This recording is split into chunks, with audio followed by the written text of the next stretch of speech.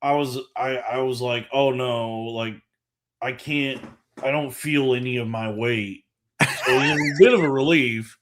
It was like, oh no, I'm not taking up space the way I normally do. Like, no one noticed, like strings like that. Yeah. And I just was like, oh fuck, dude, I can't believe just that little bit has like hit me like this. Like it feels like I got bulldozed. And finally, it's like now it's like wearing off, or it's like I feel like I'm, doing okay now. Yeah. For a minute there, I just was like, what the fuck is in this shit? Like I barely ate any. I gotta go take a piss, so we either gotta shut the show down or peppermint patty mayonnaise, them $2. Well, we have Drew Huntley is here, and I stay up too late. And then I stay up too late. I stay up too late. I was gonna say that regardless if you had just said it or not. It always tickles me when Dalton hits me with the I stay up too late. I stay up too late. I go on too many days. That's what people say. That's all I wanted, dude. And then obviously Open Gangnam All right, guys. That's an upbeat song about how unfairly criticized. I don't know what's going on there. What were you saying, Robbie? It's such an upbeat song about how about her many unfair criticisms. Yeah, it's a very happy song. It's like, so what if I'm out late? So what if I'm dating? You know what? Hell yeah, Tay. You go, sis. I told the Opalite one. I've been rocking out to the Opalite one and thinking about Final Fantasy, dancing through the lightning. Really good tune. The one where she's like something about dancing through the lightning. I think I told you about this, but it's I think it's called Opalite. We got $20 from Halligan Ben Stiller. I will hate.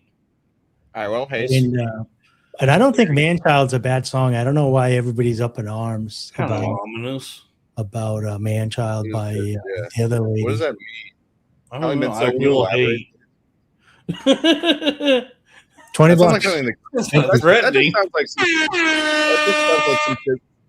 Sounds like some shit the Grinch would say. I will hate. I will hate. Damn, you guys gotta get MGM Plus and watch From. Wake me up when it's MGMT. Okay. I'll set an alarm. Thank you. And will the alarm be maybe Kids or Time to Pretend? Yeah, it'll be a little Dark Age. So I was thinking about this with Taylor Swift. Like, if you have a girlfriend that's a Swiftie, right? Sure. Yeah. I think that's like a good case scenario. Like, I would much rather have my girlfriend want to be a Taylor Swift fan, listening to Taylor Swift, going to Taylor, than like Megan the Fox Stallion or whatever. Megan the Fox Stallion. Whatever her name is. Oh, well, it's yeah. Like, look, Taylor Swift is just a little classier. You know what I mean? She's a class act. Yeah. Well, she doesn't have giant, pendulous, sloppy titties. I'm just saying, like, if your girlfriend's going out for the night and she's going to go to a concert, do you feel comfortable her going out with her girlfriends to Taylor Swift, or do you feel comfortable her going out to Megan? I mean, either one I wouldn't really mind. But I see what you're saying. Taylor Swift has a more wholesome brand. Yeah, I don't want, like, I would feel like, oh, she's going out to this sexual event. I would go with her to go see either one, but it's going to be wet. No, she wants to go without you. She says, actually, you're not allowed to go. Yeah, you're not allowed to go. It's girls' night. It's girls' night. I think I would benefit from her. Because then you could cheat on her. She's gonna be fucking horned up by the time she. Yeah. I stay out too late. I stay out too late. I don't know. I'm just trying to think of, like, I mean, there's probably some crossover, but I just feel like, I'm trying to think of another. Dude, I just wish a girl would touch me.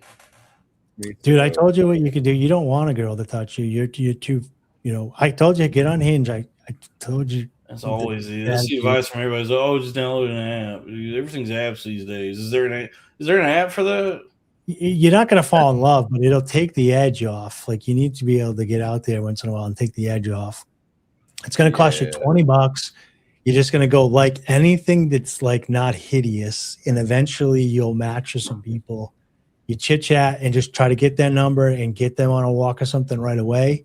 And if they're quick to go out with you, they're quick to do everything. That's what it's set up for. It's not set up to find your wife and to get married. Just get married. And then it'll take the edge off. It'll take the edge off so your shoulders can drop and you can relax, because it's something that we need, that society has taken away from us. They took the pussy away from you. That is below that. There is truth in that. Like, when I'm fucking, it's like I'm less stressed out in general, and like just more positive. I think a lot more positively when I'm fucking. Hey, President Trump, give me some pussy. Because it's not that we are wired to need it, and it's also very hard to get. Well, I would say this. It's not necessarily that you like, I mean, we do need it, but also like, it's not that I need that drives you crazy. It's thinking that you can't get it. So if you just go and get some, you're like, okay, I can get it. Now I can go another X amount of days. I just got to make sure I can, like the Patrice O'Neill fish. I need to make sure I can still fish. Oh, I can fish. Sometimes I get pretty excited watching pornography. It's pretty exciting to have a lady do that stuff to you too. Yeah, but sometimes they do things in porn that's like not even realistic for like real life.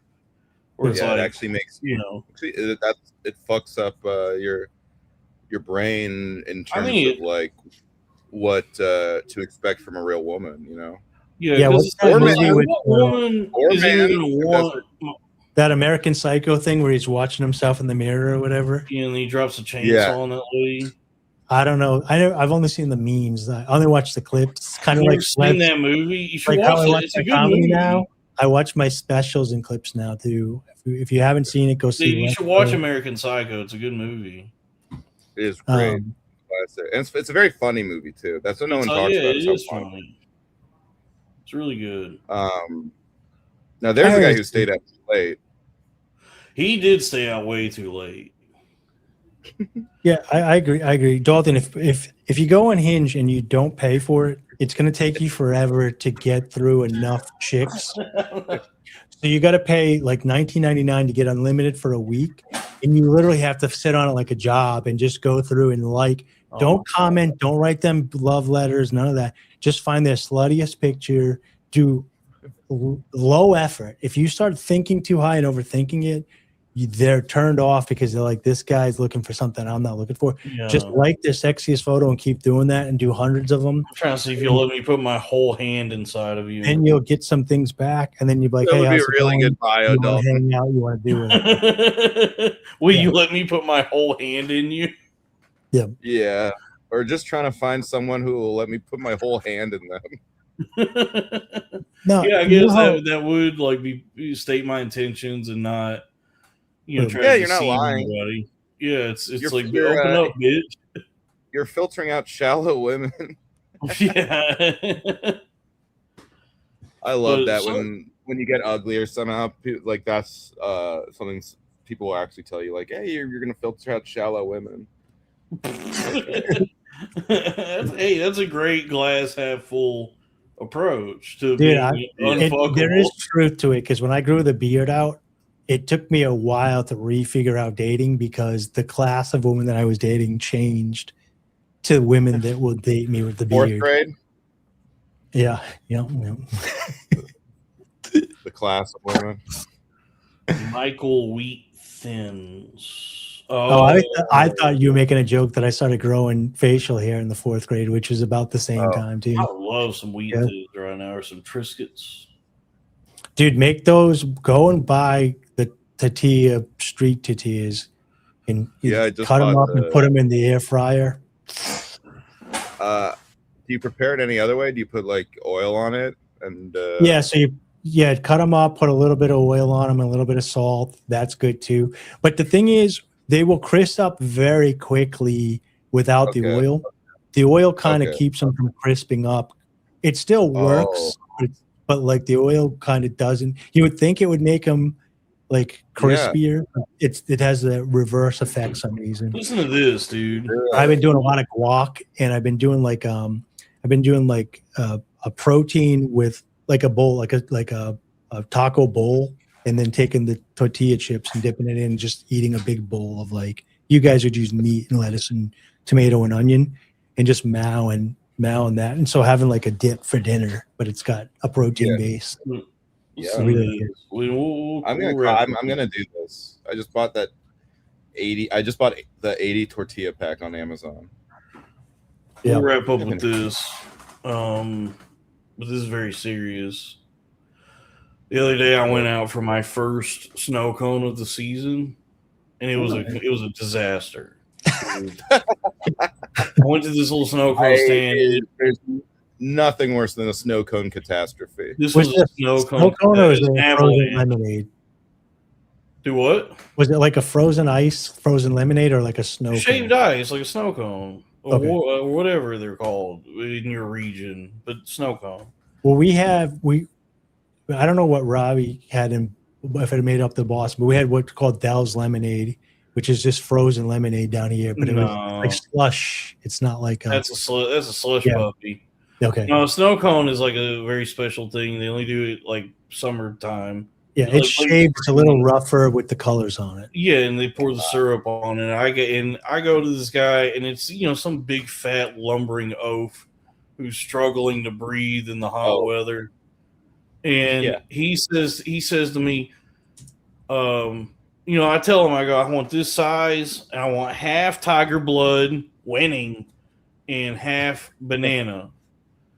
And he goes, okay, I got you, but it's going to be a little while because there's these girls over here in front of you got 10 that they ordered, but it should still be pretty quick. I go, thank you for your reassurances, that this will be delivered in a timely fashion. But this guy took fucking forever with this shit. And then he gives it to me, and I'm all excited. Like, I get a snow cone. It's hot outside, but it's cold in my snow cone. And I'm happy with a delicious, refreshing treat. So I started eating this thing, and then halfway through it, I hit just plain ice. And I go, what? Did the syrup miss this part? And then as I continue to eat all the syrup out of it, half of this fucking thing wasn't even doused in the syrup. This guy only hit like half of it. Can I ask you a question, and not to be mean? When your food gets fucked up, but you're a little bit overweight, do you feel like I can't go complain because it's the fattest thing? Honestly, I didn't want to make a fuss about it. But was part of that like, I can't be that guy? Like if you were didn't want the confrontation or just walk up and complain. That would have been like super uncomfortable. It's just something that is a funny question. Yeah, and I guess that's part of it. Is like I don't want to be the fat idiot who's bitching about I didn't get enough syrup in my snow cone. I was looking. This is the highlight of my day. I want you to know it was going to be. It has nothing to do with my weight. This is objectively not done properly, and so I'm complaining. It sounds like the guy doing it was a fat enthusiasm. The guy doing it was a big fat idiot. This is a perfect. But he clearly. Don't could have talked to him oaf to oaf. You know what I mean? I could have. Well, here's the Larry David. It's obvious that he wasn't paying any attention to the quality of his work. He was just trying to rush these things out, and he just hit it with some syrup real quick on mine, and said, yours is done." It's like, hey, buddy, there's not even a fucking rush anyway. You're imposing that upon yourself. Take your fucking time and show my snow cone the care and attention it needs so that it's adequately syruped. I'm just picturing like you being friends. You're Jeff, and you're friends with Larry, and you're like, Larry, I need you to talk to the snow cone guy. I can't do it because I'm overweight, but you can talk to him about how he's making the snow cones. Yeah, yeah. I mean, I just didn't. It just seemed like more of a hassle than it was worth. It sounds like it sounds like it was de-doused in the cone-matorium. It was. it was really. I was so mad. I was so disappointed because I was just because you don't want ice. Like, who wants to pay for unflavored ice? It was that was really disappointing. I was upset at tax season that I had to pay for ice. You're part of the problem. Yeah. So the first snow cone so far, the guy Alex this year was a complete failure. It was a disaster. Yeah.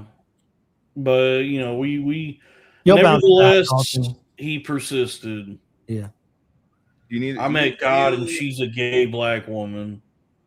I believe that you will recover from the snow cone disaster, but I think you guys don't have like slush lemonade and like watermelon. That's a different thing. But you have that where you're at? Sure. Okay.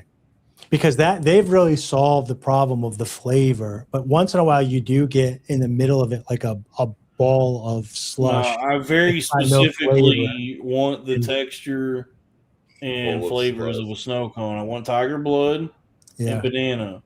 Not me. If I go get a frozen drink like that, I'm getting the frozen lemonade or frozen watermelon typically, and then I'm getting the big thick straw with the scoop on the end. And you put it in, you start drinking. That's a slushy though. Snow cone's different. Goes away, and then you get like the scoop of the thing until it melts a little bit more than you drink. Dave, a snow cone is so different. This isn't. I know it's different, but I'm not going. It's not just that this isn't even in the ballpark. You're playing a different game. Yeah, but I would never go get a snow cone for that reason that there's too many errors that can happen when it's not all really. That's the one error is that you just didn't put enough syrup on it. That's only bad. That's the only thing where it's like, man, if you just like kept them things turned up a couple more seconds, we wouldn't have a fucking problem. Yeah. But now I have to hurt instead of I wish there was less errors and more eras to her. I stay up too late.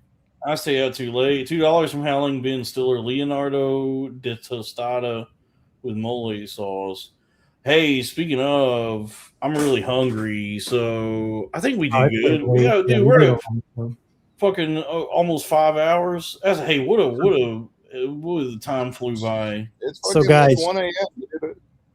Like this, please. Hype this, please. Leave a comment, please. The show's growing. We had a huge show last week. We had a huge guest on this week. Please help. And I got to figure out who, if anybody's going to be the guest next week. But please help, dude. Spread this around. Buy the shirts. We got the Please Don't Be Mean to Me shirts. Go make sure you're watching Arena of Ideas and hyping and liking and sharing that. Look at this. We got the Please Don't Be Mean to Me shirts on bpnmart.com. Please buy it. Like and the keychain. People have been requesting that one forever. Yeah, I think this is going to be a big hit.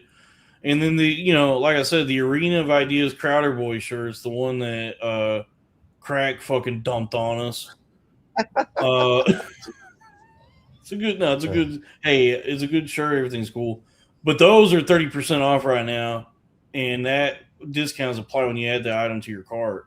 So that's bpnmart.com. And I have those coupons will stack. Should we give away another coupon? Not right now. I'm trying because I'm ready to go. All right, the coupons that I have we got to figure out a way to give them away. Stack with any other discounts. We'll figure it out. They can get an additional 10% off. Listen to this. The Patreon is patreon.com/cornfed with Dalton Pruitt. We got a really fun one that just went up there. That's me and Pandatron, the Bamboo Fed. So that was live this yesterday, Friday. And I got very frustrated with that Patreon, the Grateful Dead slander. Oh, I can't even remember. But the glasses I got are cool though. Oh, nice! Thank you for the $20. I like to keep it going and give another 100 if Dave leaves. He's a liar. I will leave and go to bed, but he's a liar. I don't believe. He never pays. He's a big fat. I'm gonna go make some spaghetti as well. I'm trying. I want the spaghetti more than anything right now. So we're not even doing it. You can't buy. You can't buy me away from a spaghetti dinner. The page. You know what? I have a Cash App. If you want to send me $100 every week, Howling Ben Stiller to my Cash App with a little message, I will mysteriously disappear every Saturday. Patreon.com/cornfed with Dalton Pruitt. Me and Panatron are doing a cool thing. and I think we'll keep doing it this week. On Fridays, we stream live on this channel, and we just do high octane live streaming the whole way through. Then when it's done, I chop it up and put the first part on the main feed, and then the second part is on YouTube. So if you're doing it live, you get the whole experience right there. But then if you want it later for your leisure, if you happen to miss it live, it's all between the main feed and the Patreon. So you guys subscribe to patreon.com/cornfed with Dalton Pruitt. And then the Patreon for the show with me and Robbie, that's the Arena of Ideas. That's patreon.com/the Arena of Ideas. Please help us. Yeah. We really need this to work. So CB Calber said, Lexus, although she is my Mediterranean Greek sister, does not want to come on Saturday nights with me, but she would probably do a show with Ian. I'll get Lexus back during the week. Yeah. We've talked to her. We don't hate one another. Why doesn't she want to go on with you? Her boyfriend scaring the hoes has Jewish heritage, and she's mad at me. I don't think that's it. Okay. Well, I've talked to her about it. She doesn't hate me. I don't hate her. She just basically said she would prefer to come during the week and not during the Saturday night. It doesn't matter. Anyway, let's have her on the Arena of Ideas. Yeah, we'll do that. We'll have Lexus on the Arena of Ideas. Frozen Robbie, anything you want to plug before I end this? Please book me. I've got a Danwick's Fiasco on the 6th. Nice. It's Sam Talent's birthday on Sunday. I'll plug that. Folks, I don't know why is that on my calendar? That's the show, everybody. Thank you for tuning in to Saturday Night Corn-Fed, April 25th. Praise be to the Most High, His Holiness, and I love you. Thank you for the support, and good night. Good night. I say it, Clay. Hype the show, like the show, comment on this video.